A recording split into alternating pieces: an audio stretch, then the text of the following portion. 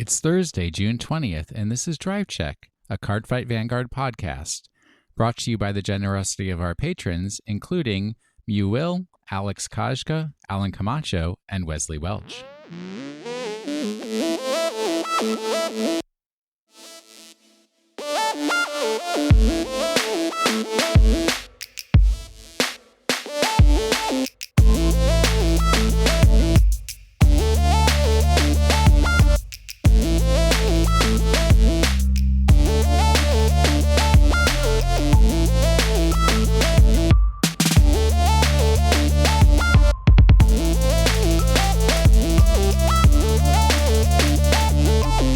Box toppers for premium collection. I didn't realize that they were a thing. Like promo cards?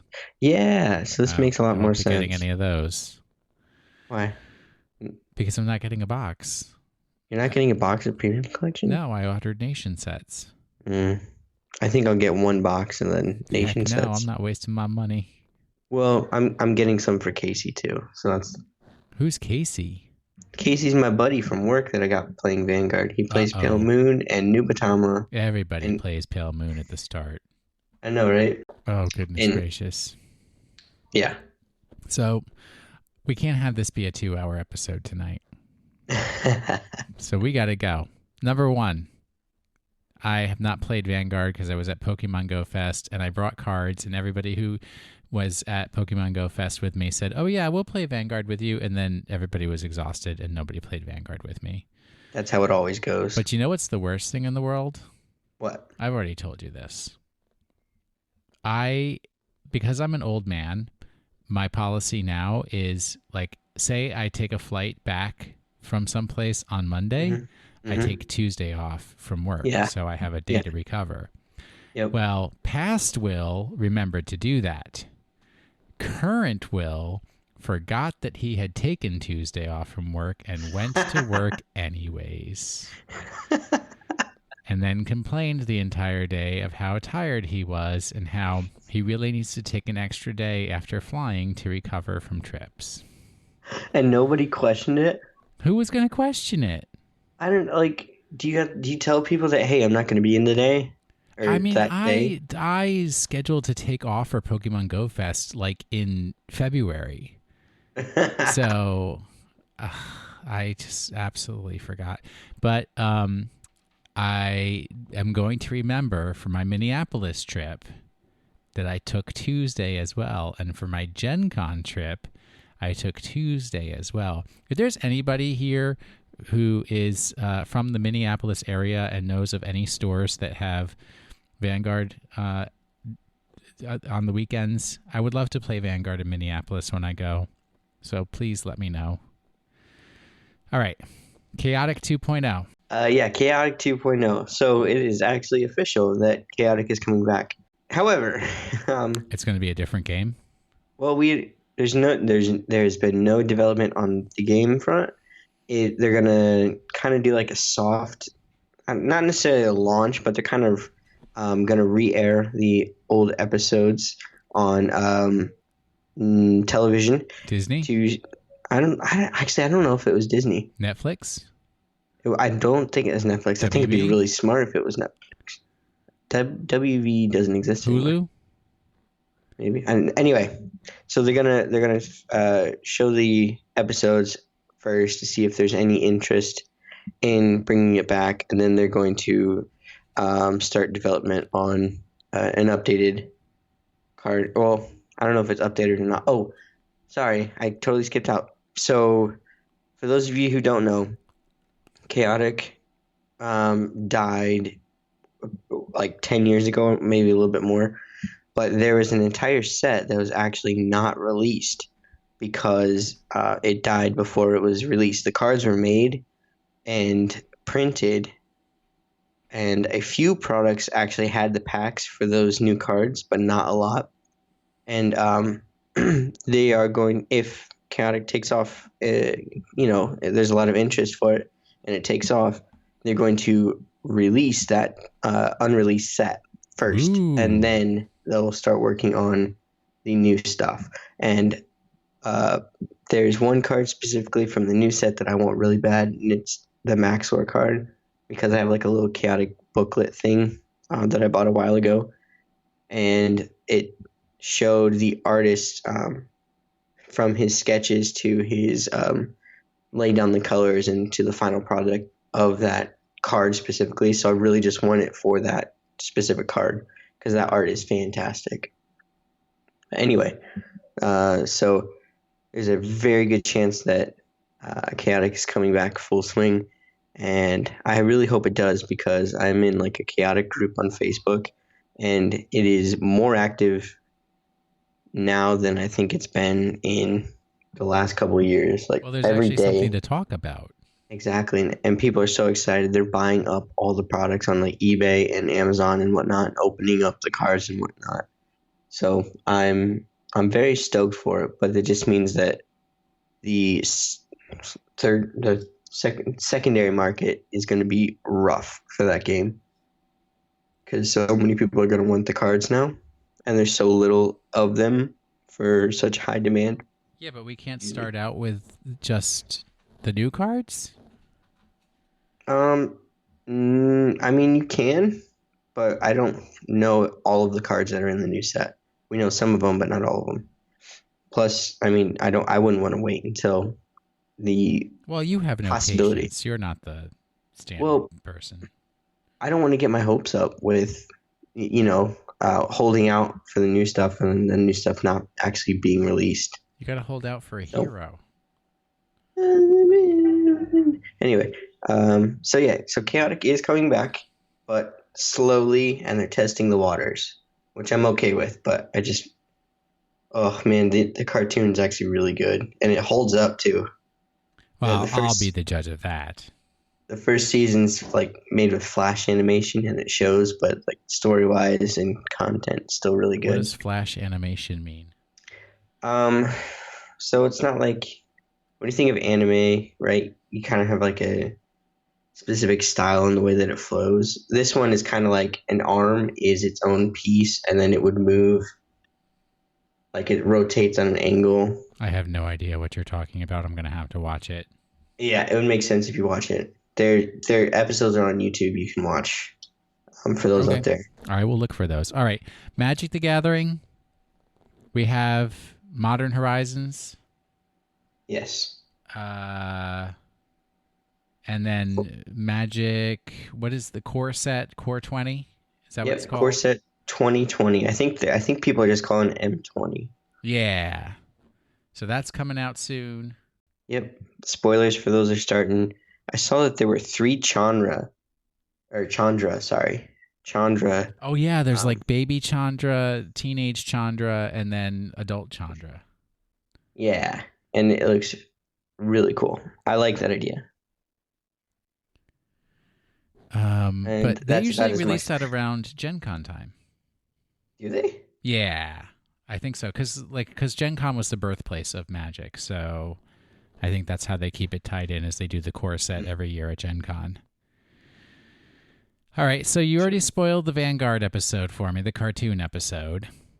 Lo siento. We learned how to undelete somebody by having them face... Well, it's not face the person who got them deleted in the first place, but it's like they have to overcome some passion. Something.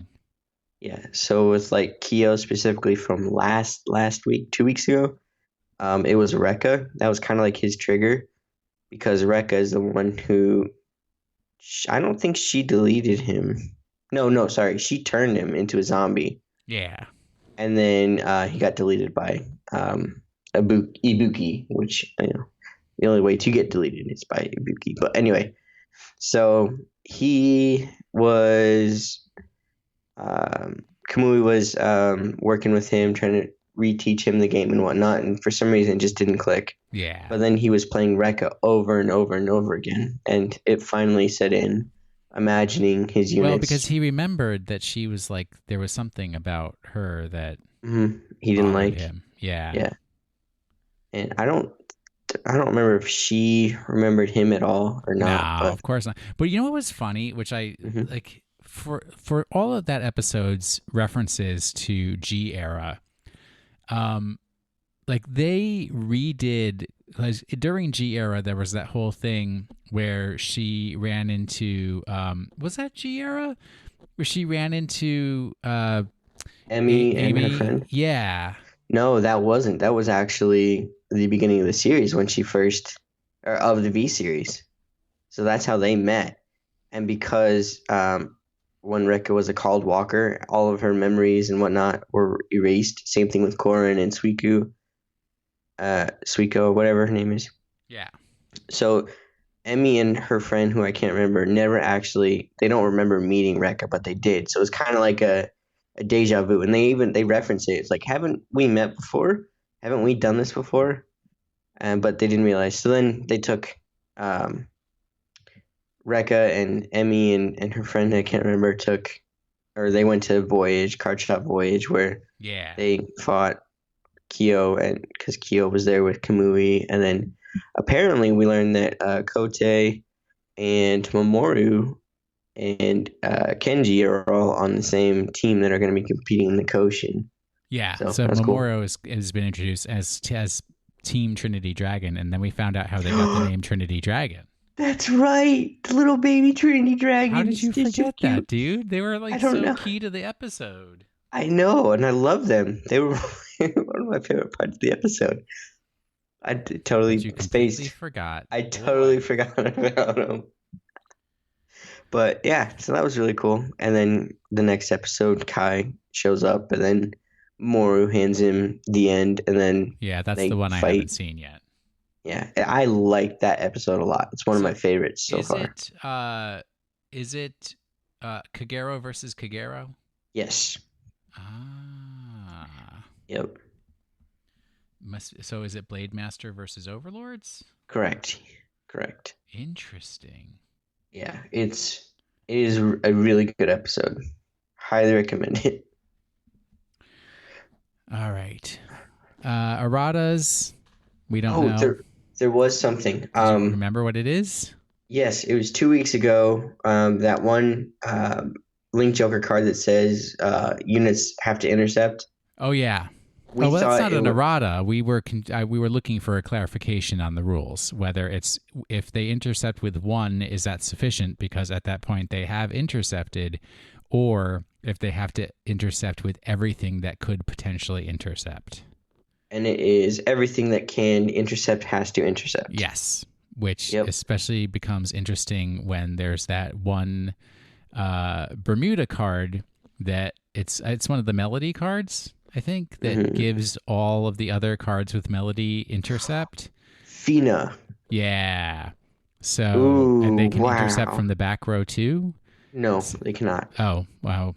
Either way, you basically wipe out all of their cards because they're forced to use them to guard with. They're forced to intercept with all their cards. That's whack. Also, Brant is a fun deck. Blasters are a fun deck. I haven't played with Brant yet. I want to so desperately. I have it built. With that grade 1 card, it's brutal against Excel. Which the one that forces the intercepts? Yeah. Yeah, but you can use that in any Link Joker deck. It doesn't have to be Brant. I played it against Brant, so okay. I mean that is the best way to outvalue somebody against Excel. Yeah, Excel especially. Yeah. And a 6 damage killed myself, or 6 damage healed, or 5th damage killed. Oh. Yeah, it was bad. Really, really fun games, but it was bad. Good gracious. Yeah, I'm excited for to get to play Brant at some point. I was in the Link Joker Facebook group. I was having some discussions of whether you use Chiral or magnetic resonance. I'm erring on the side of magnetic resonance, but we'll see how that plays out. Chiral is more of a ride correction that if you don't have the cards you need in your hand, you can possibly get them. But I'm still. That's the one where you counterblast one, then you check top 4, and then you pick one card, one Star Hulk. 2 or greater Star Hulk. Yeah. But and then you discard the rest. And I'm like, I don't want to discard 3 cards. Yeah. But I don't know. It worked. the game that I played against, it worked for him, but there's not a lot of grade 2 or greater Star Hulks in that Correct. deck compared to all the other cards, Well, and you're only checking top 4. Brat's a Star So, Hulk, but Decay Doll is not. right, yeah. So you're either, yeah. All right. Aerial Steed Liberation. That's a set. That's not the other Steed set. Yeah, this set, man, I am having very mixed feelings about it. I am super excited to spend hundreds of dollars on my favorite card of all time, Solitary Knight Gancelot. I am finally going to build a premium Gize deck because it has been revealed unto me. 7 drive checks in a turn. Oh, we'll get to that. We will get to that. And That's the Tsukiyomi's thing. coming back, and I think what they've been hinting at is that she is going to continue to do trigger stacking at the bottom Yep. of the deck. Yep, I've got a little. They gave a little explanation of each clan of what they're going to do in the set. Oh, cool. So we can actually jump into that right now, actually. Go for it. So Royal Paladins in this set are going to have 21 different cards. Their theme is going to be powering up Blaster Blade.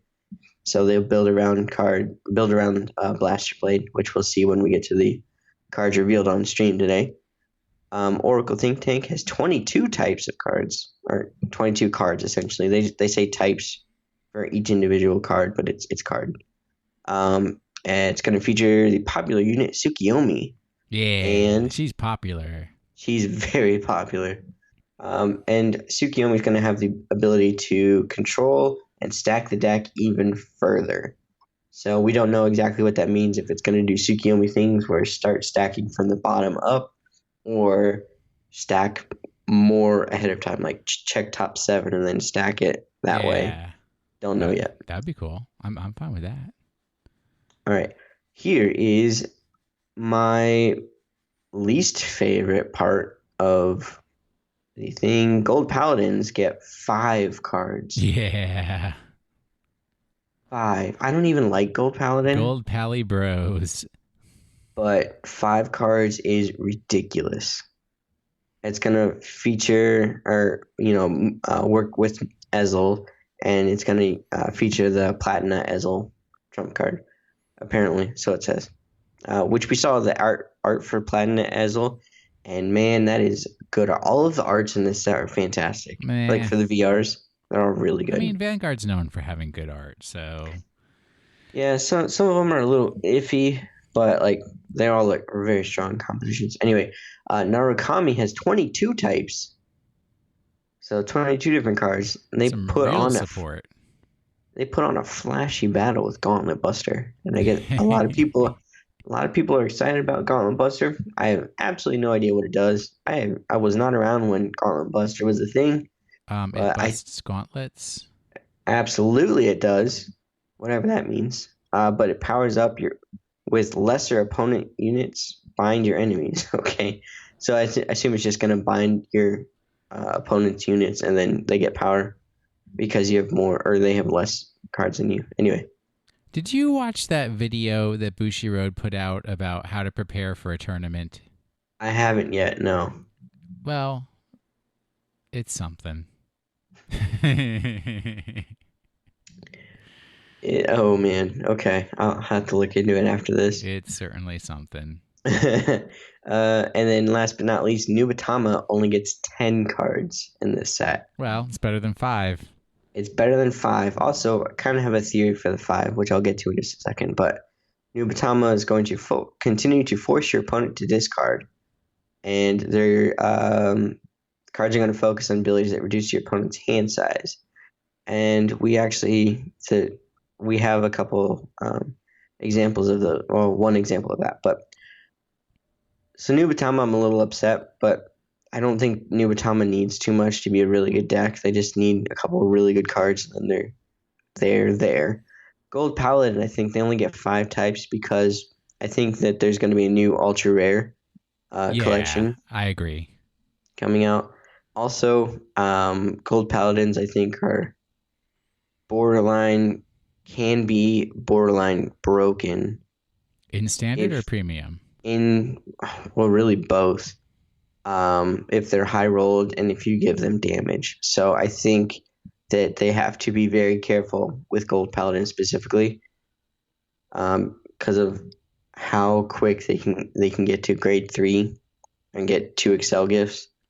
They have to be very careful, especially with Excel 2 a thing. Oh yeah. When that's a thing, because they can draw a card and replenish their hand. So I think Gold Paladins they got to be very careful about that. But let's talk about the units that are going to be featured in the set, like for the VRs. Okay, sounds good to me. Solitary Knight Gancelot, which we're going to talk about later on. That's the last one because that's the best one. Which is weird because they don't normally show the cover card. Tsukuyomi's going to be even better. That's what's scary. Probably. I'm excited but a little scared about those. Also, a couple weeks ago they said they were going to release a new and a grade up version of Tsukuyomi, like grade 1 this week, grade 2 next week, grade 3. Yeah. But they haven't shown it in 2 weeks, so I don't know what's up with that. Oh, maybe they're on vacation. Probably. So Goddess of the Full Moon Tsukuyomi, which her art, she kind of looks like she's got like the Godhawk Ichibyoshi is kind of like a mech suit around her. It looks really weird. Also, she doesn't have a background.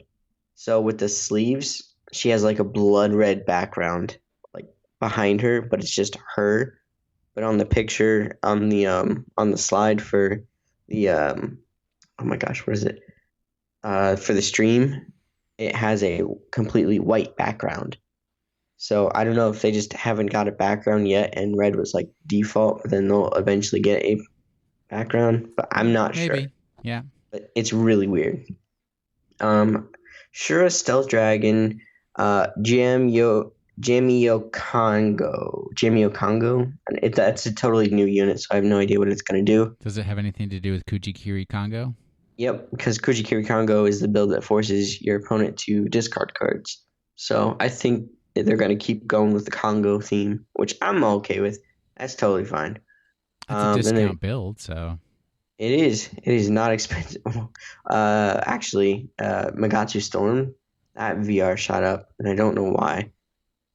So it used to be like $6, if that. Now it's like $12, maybe a little bit more right now. Anyway, Eradicator Gauntlet Buster Dragon for Narukami, and then Blazing Lion Platinum Ezel for Gold Paladin. They all look really cool. Yeah, because they are cool. They are cool. Okay, you want to start with the first card. Okay. It's a Nubatama Stealth Fiend Tsumuji Basho.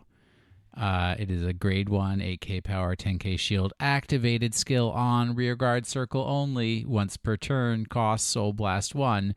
Your opponent chooses a card from his or her hand, discards it, and this unit gets power plus 10k until end of turn for each grade of that card. Your opponent reveals the top card of his or her deck and puts it into his or her hand. Well, okay, so they don't minus. No. But most likely they're going to discard a trigger. Well, that's fine. That's less to guard with. No, that's what I'm saying. It's like you either discard a trigger and they don't get the power up, or you discard something with a grade and then they get the 10k power off that. How rude. Mm-hmm. And because Nubatama likes to bounce cards back to your opponent's hand, you can bounce back their higher grade stuff and then force them to discard it so that you're getting the power. And also, because with Kujikiri Kongo, when a card is bounced back from your opponent's field to their hand, they cannot guard with any grade of that unit. So if you bounce back grade 1, your opponent can't guard with a grade 1. Oh, come on now. Yeah. That is a bit much. That's why the budget version isn't bad. It's actually pretty strong. So there is that. So Stealth Dragon Kokugyo, is a grade 1 Nubatama Abyss Dragon. 7,000 power, 10,000 shield. Auto on their rearguard circle or guardian circle. When placed from hand, if there are no face-up cards in your damage zone, countercharge 1. Boom. Okay. It's really, really nice. I don't know exactly if it'll have a place or not because Nubitama already has a countercharger, but I really love how you can use it on the Guardian Circle as well. Oh, yeah. So, nice. Yeah, because you guard with it, you countercharge. plus, it's an on-placed from hand, and this would work with Magatsu Storm as well, because Magatsu Storm likes to bounce your own cards back to the hand and then call them to the field. So you can place it and then countercharge 1 if you have no face-up, then use Magatsu Storm's ability. I think it's Counterblast 1, Soulblast 1. Anyway, so you can kind of like do it for free, which is really cool. All right, I think you're going to really love this card. White Hair of Inaba. So is this the same, like it's the Forerunner? No, it's a grade 1. Or, well, yes, but the Forerunner was the bunny rabbit. Yeah, it was a different bunny, though. Oh, okay. This is the White Hair of Inaba, Oracle Think Tank, High Beast, Power 8K, Shield 10K, Auto on the Rearguard Circle. At the end of the battle, it boosted a grade 3 Vanguard, put a card from hand into Soul, and draw a card. I mean, that's okay. You can put a grade 3 into your Soul, and then you can Deer sooner. Yeah. That's what I like to do. Plus, it's an 8K boost instead of like a 7K, which is really good. Interesting. And this card, I've got words to say about this card. Are they angry words? A little bit. Don't be angry. Fusilli Magus. Fusilli. It's a type of pasta.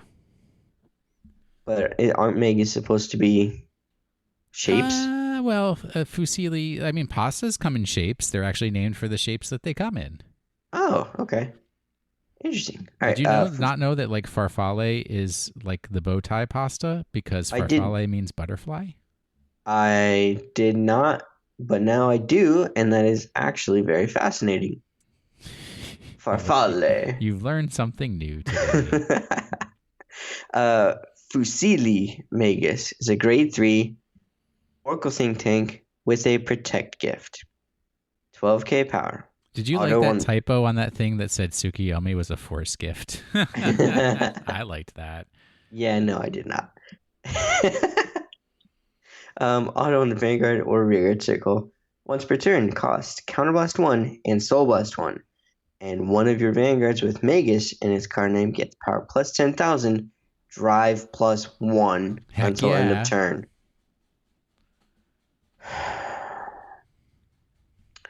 Okay, so let me pull up Dizoris. Dizoris? From... is that a Zord? Kind of, I guess. Is a Dimension Police card. It was a grade 3... Let me pull it up real quick. Come on, phone. All right, grade 3 with Force. During your turn, this unit gets power plus 5,000 for each card in your damage zone. That's irrelevant. Its auto ability on the Rearguard Circle. At the end of the battle, it attacked. If your Vanguard's power is 35,000 or greater, cost Counterblast 1 and put this unit into your Soul. And one of your Vanguards gets power plus 10,000, drive plus 1 until end of turn. Okay, good for them. So, but there's so many hoops to go through. So this card has to attack, which means you can't rest it for Laurel. Already, that's kind of a downside. And then you put it into your Soul, so you get rid of it off your field, and then you give it the power. This is just Counterblast 1, Soul Blast 1, and then if you have a Magus Vanguard, you do it every turn. And your Magus is already getting like 5 drive checks. And it's even worse because Dizoris is a double rare, and Fusilli Magus is a regular rare. Yeah. And you know what's even worse? Decadal Automata says anything past 2 drive checks is meaningless. Yeah. So, it's going to give you even one more drive check. Yeah. So that's actually 7 drive checks for Pentagonal Magus. Yeah. So I don't like it. Heal yourself to death. Yeah, I don't like it.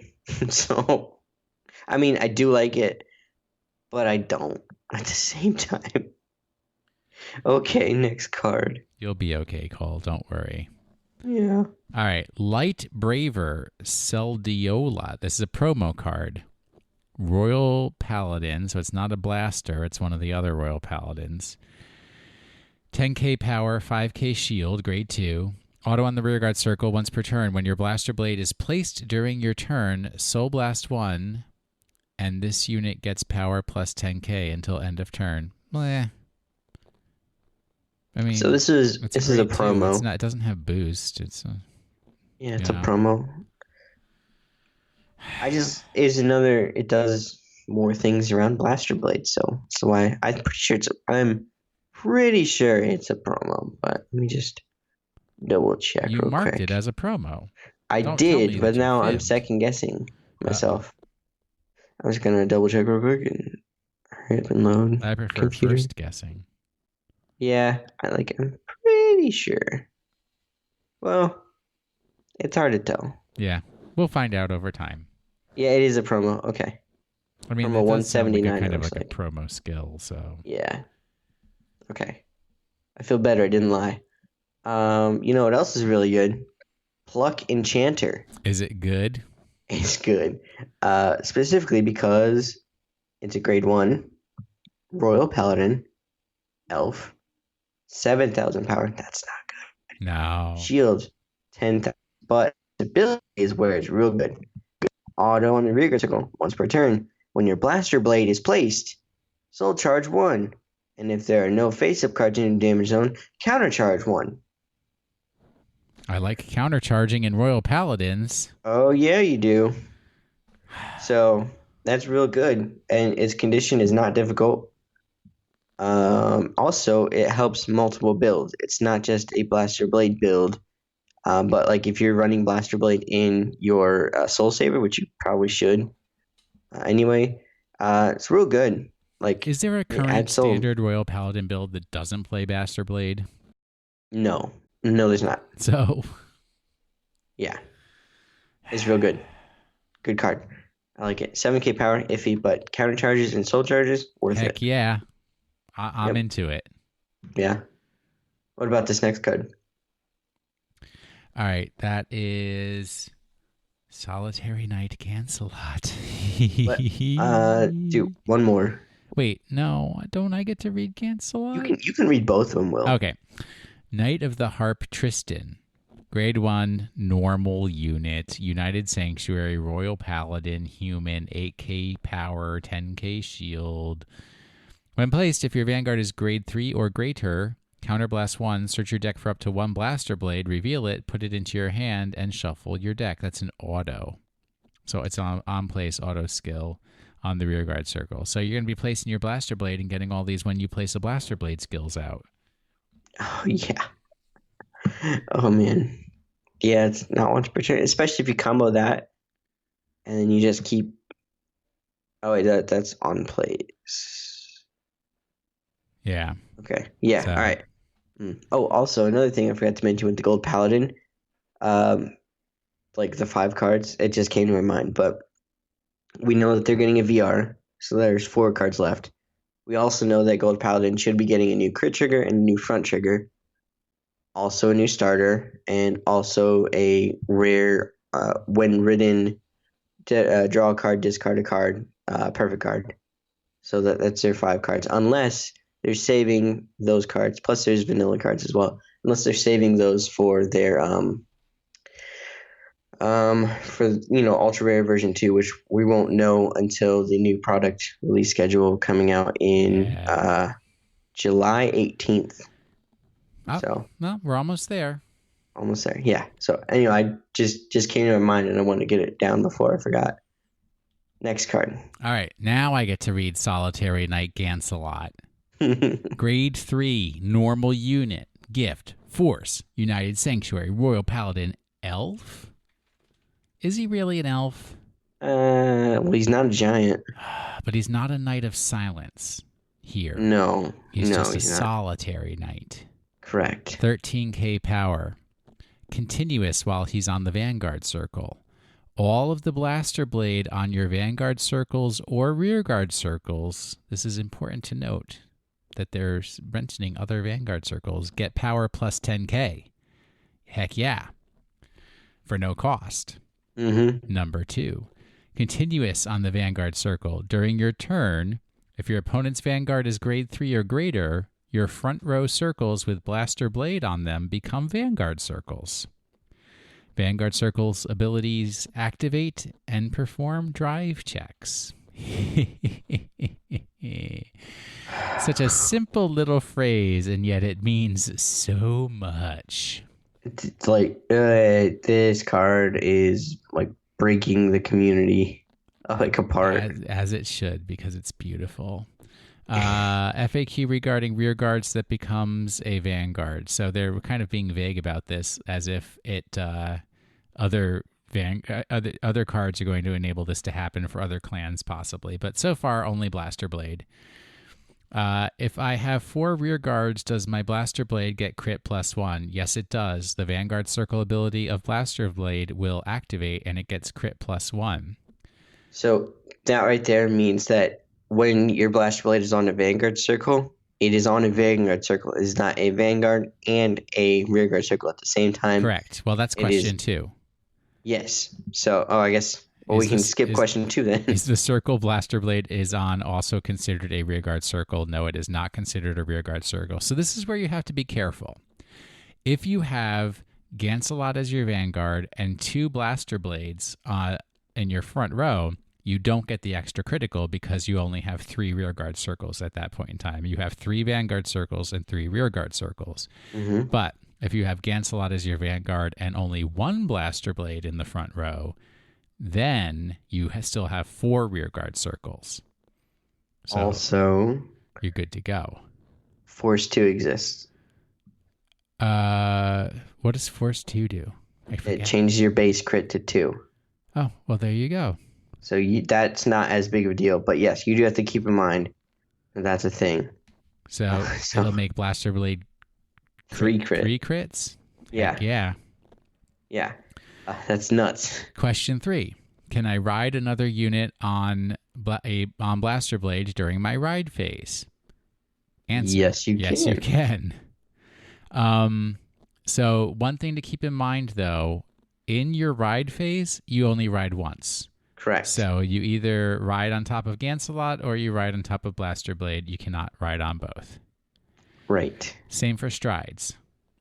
My premium players. Oh, okay. Yes, go ahead and read the next one, then we'll talk about the stride thing. Question 4. In that situation, does the Vanguard Circle ability of the unit I rode activate? Yes, it does. Okay. So this specifically works with Blaster Blade, the grade 2, not Blaster Blade Exceed, because it specifies Blaster Blade, not Blaster Blade in its name. Correct. And also, you can stride on top of Blaster Blade. Grade 2 Blaster Blade, you can stride on it, yes. Because stride only checks for a Vanguard Circle that has a grade 3 or greater. It doesn't say that it has to be the only, like the center Vanguard Circle. So it is possible to do that. So actually, and I looked this up. Let me read you the actual text of what happens when you stride that's printed on the cards, because sometimes it helps to just read the card. Stride step. Choose 1 or more cards with the sum of their grades being 3 or greater from your hand and discard them. We're comfortable with that, aren't we? Yeah. Stride this card on your Vanguard Circle from face down. This is what's important. The grade 2 Blaster Blade is on a Vanguard Circle. The stride skill does not say stride this card on your grade 3 Vanguard. Mm-hmm. All it says is stride this card on your Vanguard Circle. So if you have multiple Vanguard Circles, you choose which Vanguard Circle to stride it upon. Correct. So very important to focus on that. When you stride, if you're even striding on a grade 2, the card underneath the Vanguard card does not go anywhere. Yeah. But this is what's important. If you do ride, so if you ride on top of grade 2 Blaster Blade, Mm-hmm. Gancelot's skill only applies to Blaster Blade and turns that rearguard circle into a Vanguard circle for Blaster Blade. So let's say I ride King of Knights Alfred on top. Mm-hmm. Those Vanguard on-ride abilities go off because you're riding on a Vanguard circle, and then it immediately becomes a rearguard circle again. Yep. And Blaster Blade goes into the soul of Gancelot on the main Vanguard circle. Yep. It does not get to live on underneath. There's no soul on this new Vanguard circle because it stops being a Vanguard circle once Blaster Blade is not the unit that is there. So what I have heard a lot of people say is I think the best ride target on top of Blaster Blade on that additional rearguard or Vanguard circle is going to be the Alfred early, because when ridden, you grab a Blaster Blade from the soul and then you call it, right? Heck yeah. So you're literally just also you gain a force gift when you ride because that is an on-ride ability. Yes. So you are getting that force gift, but then it just becomes essentially a vanilla Vanguard or rearguard after its on-place skill happens. But then you're also plussing because you're getting that Blaster Blade out as well. So all the people who thought Alfred Early was a crap card, look at you now. Well, it remains to be seen. The main thing, though, is, and this is where I'm saying that I want to do Gizeh blasters for Gizeh Royal Paladin, is since you can stride on that Blaster Blade and get all of the Vanguard Circle effects, you stride. Oh, who's the dude that gives you 4 drive checks? Gancelot? Is it Gancelot? Like Peace Saver? Peace Saver? Yeah. Ugh. I know people are really excited about the new Twin Sword card. I don't remember what that one does specifically. Let me look that one up. Holy Divine Knight, Gancelot, Peace Saver. What's the skill here? Stride, blah, blah, blah, stride. When it attacks, if you have a heart card with Alfred or Blastered in its card name, countercharge 1, and until end of that battle, this unit gets drive +1. Then if you have a face-up card, and remember, it's a stride, so it's got triple drive. If you have a face-up card in your G-zone, this unit gets crit +1, continuous in the G-zone during your turn. If this card is face-up, all of your rear guards with Blaster Blade in its card name get resist. So, it's important because, well, okay, this is something we hadn't talked about, but the Vanguard Circle, the rearguard to Vanguard Circle ability is only active during your turn. So that Peace Saver would work very well because you get those Blaster Blades out, and then while it's face up, they have resist, so they can't be touched. When it's in the G-zone, yeah. When it's in the G-zone, yeah. But any the Flogel crit trigger that restands your rear guard Blaster Blade does not work because Blaster Blade is not on a rear guard; he's on a Vanguard circle. Correct. So that's something to keep in mind. Here's the deal with Gizeh. Couple of things. Mm-hmm. One, if you have Gancelot as your Vanguard and 2 Blaster Blades up front, and you're playing premium here, and you stride Gancelot Peace Saver, Holy Divine Knight Gancelot Peace Saver, when you attack with Peace Saver, 4 drive checks. When you attack with regular Solitary Knight Gancelot, 2 drive checks. When you attack with Blaster Blade, 1 drive check. So that's 7 drive checks in a single turn. That's going to get you your Gizeh, your Zeroth Dragons out into that bind zone ASAP. Oh, yeah. You got to hit some triggers when you're playing games like that. This is also what's fun. You have to, for the ultimate stride, you have to discard a copy of a card that's on your Vanguard circle. So let's say I have something that lets me seek out Blaster Blades from my deck. I'm guaranteed to have one in my hand so that I can use that for my ultimate stride. If only there was a card that did that. Oh, there's lots of cards that do that. There's too many. So yeah, how do you feel about this card? About Solitary Knight Gancelot? Yeah. I'm very excited because I'm finally going to have a premium build that I can love. That's not something weird and distorted like Messiah Gize or Gize Messiahs. This is going to have real purpose and meaning. And the nice thing about the Holy Divine Knight Gancelot is there's no cost. No, there's not. That dude just does his skill for fun. Yeah, it's ridiculous. I'm super excited for this. Yeah, I really like this card. I love the design. I don't know how broken it's going to be. Like in premium, I don't think it's going to be broken. It's going to be confusing as all heck. And you're going to have to make sure that you're watching how your opponent plays, because they're probably going to try and do some shenanigan stuff with thinking that it is also a rearguard circle as well as a vanguard circle. Oh, dear. But in standard, I think is probably where this is more threatening, just because there's so much advantage. Because you get the drive checks as well. Yep. And it does. Plus it gets power. Oof, man. I don't know. Like it could be really potent in standard, but it's such a cool card. Broken? I don't know about broken. I definitely think it's a good card though. All right. What is this last piece of news you want to throw out there? So for the other Steed set, the AL4 version 3 or whatever, it is Mordred on the cover, like something Illusionary Knight Mordred, I think. He's officially a Revenger, and I guess a lot of people really like Revengers, so that's a thing. All right. Yes, true. Ooh. You did not update the email section. I did not. I just realized that. And we have an email from Will. From Mew Will. Not from me. Yes, from Mew Will. Yes, Mew Will is what he goes by. Dear Will and Cole, I had a few things I wanted to hear about from y'all. Why, how do you connect with the clans you play? Why don't we start there?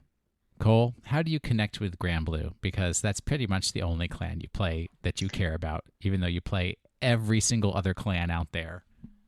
I am paring down, actually, but what? Yeah, I'm getting rid of Angels. I got rid of Gears. I got to pare down so I can save for Atlantic City. Which, side note, I'm going to ARG Nationals. Which, that's if right, you guys, because you scammed your way into a top 16. So if it's a really low turnout for an event, stick it out, because a lot of people are gonna drop, and if so many people drop, chances are you have a chance to top 16. Then those buys start to mean something.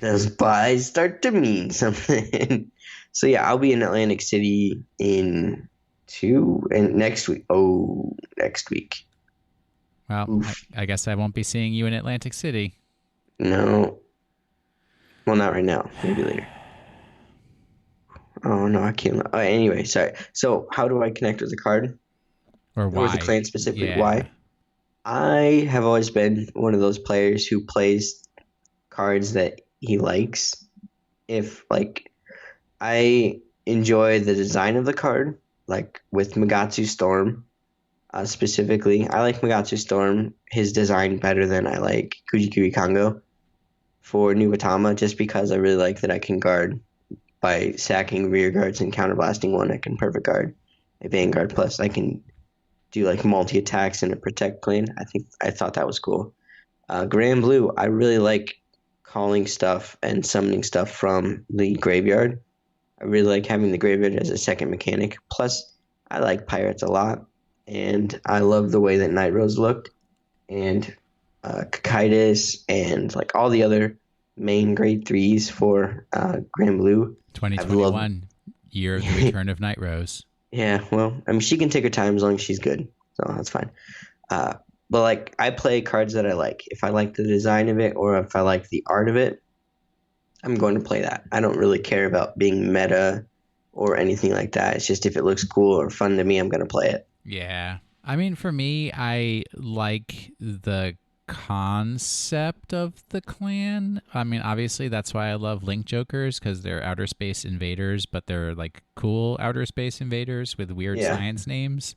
Mm-hmm. So that's really appealing to me. I like Grand Blues because I like the mechanic of pulling from the drop zone. I mean, I loved Night Rose because I just loved the multi-attacks, and it's like you get stuff set up, and then it's like boom, boom, boom, boom, boom, boom, boom. Here's a big zombie whale of the ocean depths. Say goodbye. And my hand is massive because I just spend rough seas bansheeing all over the place. Sure.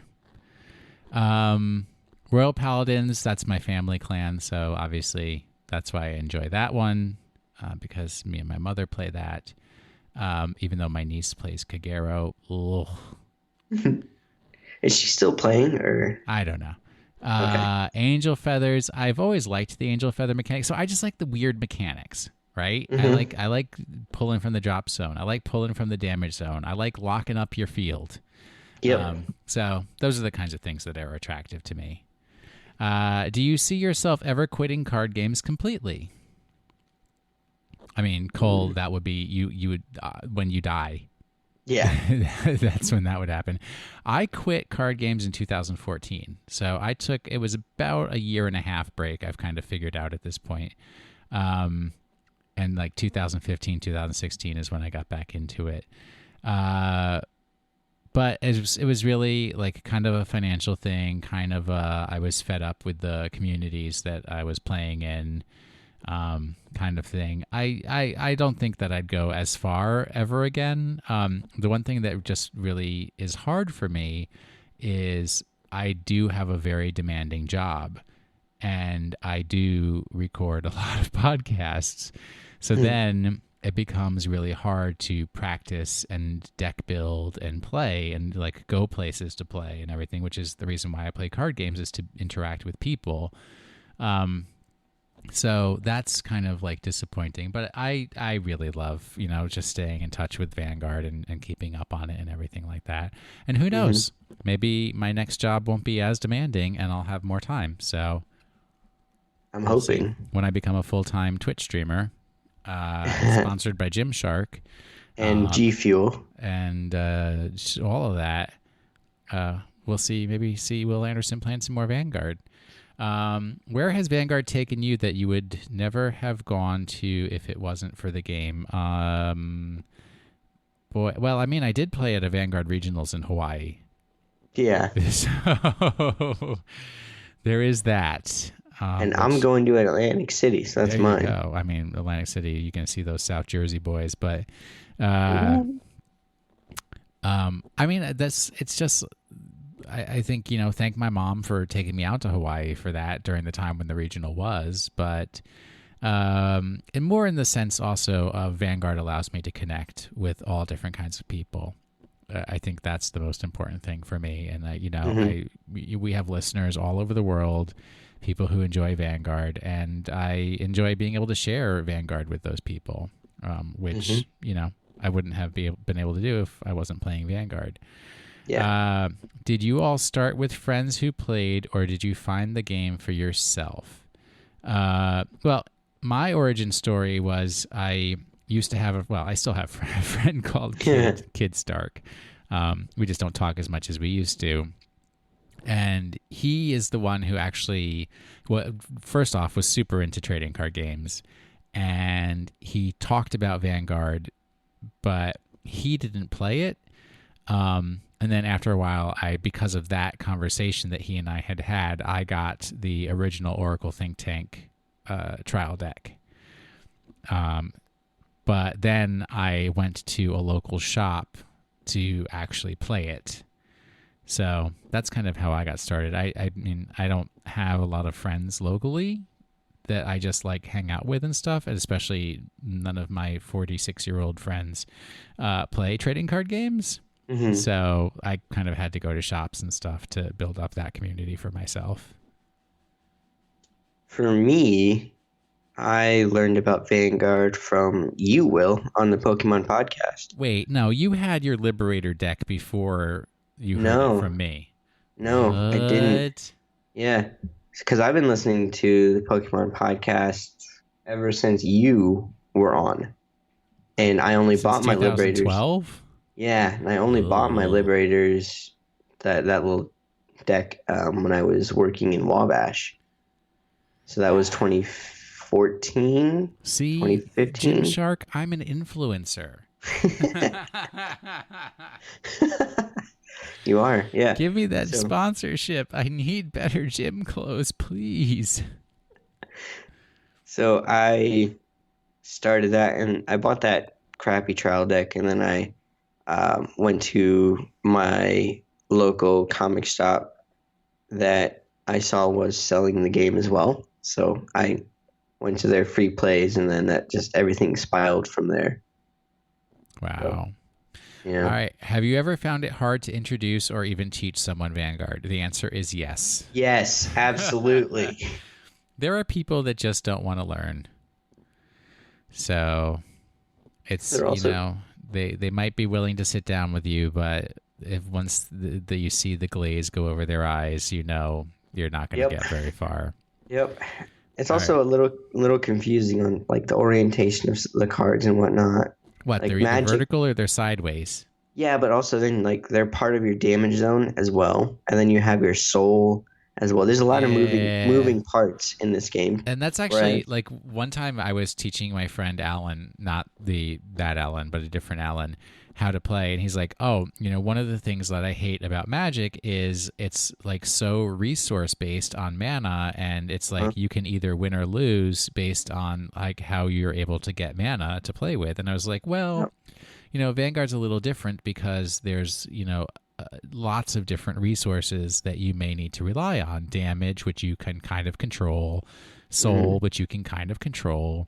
If you're playing Grand Blue, Drop Zone, which you can kind of control, stuff like that. So, that was appealing to him, was that there are different sources of resources that you can manage and access, and that it's more under your control. Now, of course, as with any card game, you may end up not drawing the cards that you need.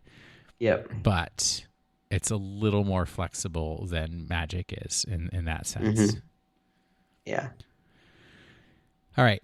Also, I have a challenge for you two. I'd like for both of you, either together or separate, to design your own clan with its own mechanics and play styles. Haven't we done this before? Kind of. A long time ago, sort of. Someone else had come up with an idea, and I can't remember who. Oh, I think it was like Greg. Oh, maybe it was Greg, yeah. Come up with a few units with their own abilities and describe what the deck should do. I think we're going to have to take that as homework. Yeah. Thanks for your time. Always here, your favorite magical pink floating cat, Mew Will. Technically, you're a human being. You're not a magical pink floating cat, but that's okay. We still like you.